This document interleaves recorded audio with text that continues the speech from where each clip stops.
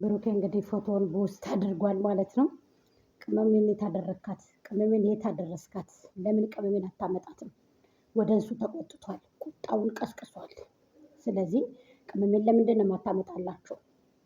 መቼም ከሌሎቹ አንተ ነህ አይደለ ቅርቧ።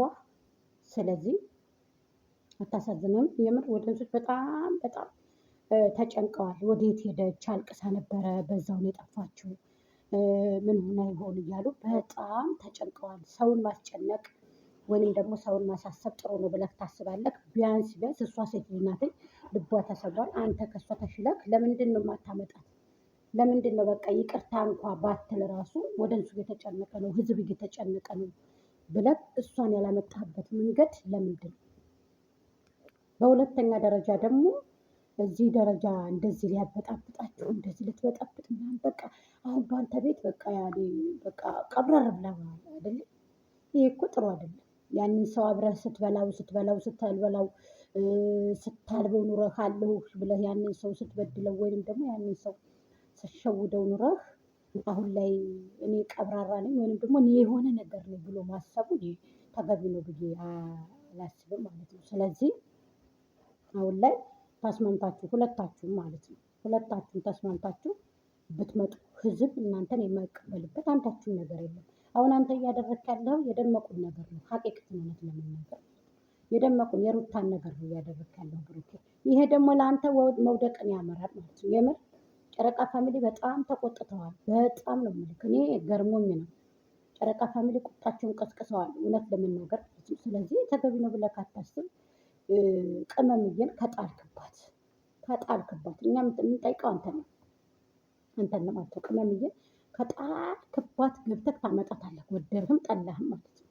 ሳትወድ ቢሆን በግድ። እኔ ግን አንድ ላይ እንድትመጡ አንድ ላይ እንድትሰሩ ነው የምፈልገው። እናንተ ግን ምን አይነት ሰይጣን እንደገባባችሁ፣ ምን አይነት ጂኒ እንደገባባችሁ፣ ምን አይነት ውሻ ምን አይነት ጂኒ እንደገባባችሁ ከመሀላችሁ አላውቅም እንጂ ቅመሜ እኮ ስማርት ልጅ እኮ ናት።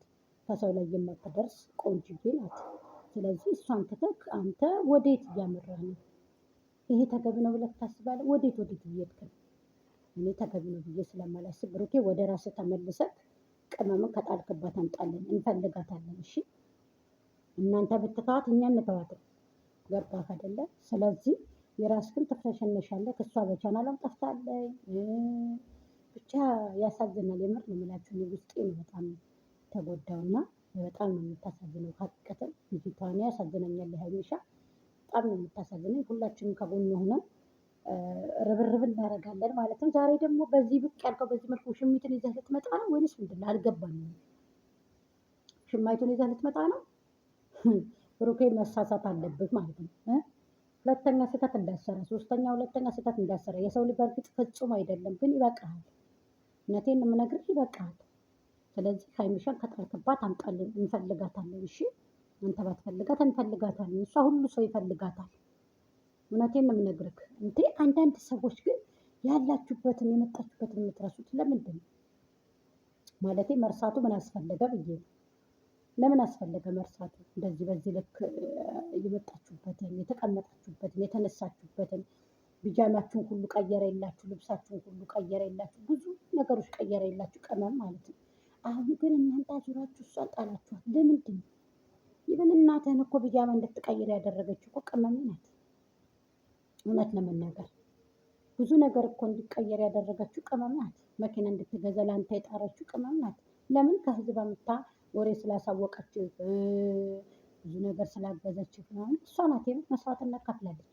ዩቱብ እንዲያድግ መስዋዕትነት በጣም ከፍላለች፣ እንደ ሻማ ቀልጣ ማለት ነው። ስለዚህ አሁን ላይ እሷን መጣሉ፣ እሷን መገርሰሱ፣ እሷን ማጥፋቱ በዚህ ልክ ተገቢ ነው ብለህ ታስባለህ? ከአንድ ሰው ከተለያየም በስነ ስርዓቱ በጠረጴዛ ዙሪያ ተመካክሮ ያ ሰው ቢለያይ ጥሩ ነው። ተጨቃጭቅ። ያቺ ደግሞ ሽሚት ደግሞ ፎቶውን ታወርዳለች። ቆሻሻ ናት በእውነት ይቺ ልጅቷ አታምረኝም። እኔ ወይ ስትለብስ አያምርባት፣ ወይ ስትበላ አያምርባት፣ ወይ ስትነጋገር አያምርባት። ደግሞ አታፍርም። ፎቶውን ታወርዳለች እኮ ከግድግዳው። እኔ ደሜን የተንተከተከ ፎቶውን ስታወርድ፣ እሱ ደግሞ የእሷንና የኔን ፎቶ እንዳትነክ ይላል። በጥፊ አትላትም? ቀጣፊ ደርግማ እኮ እጇን ስበህ ማስወጣት ትችላለህ። ስለዚህ እኔ ማለት እንጃ እኔ ለሀይሚ አይገባትም። ሀይሚሻ ይሄ አይገባትም ብዬ ነው የምወስደውና ስለዚህ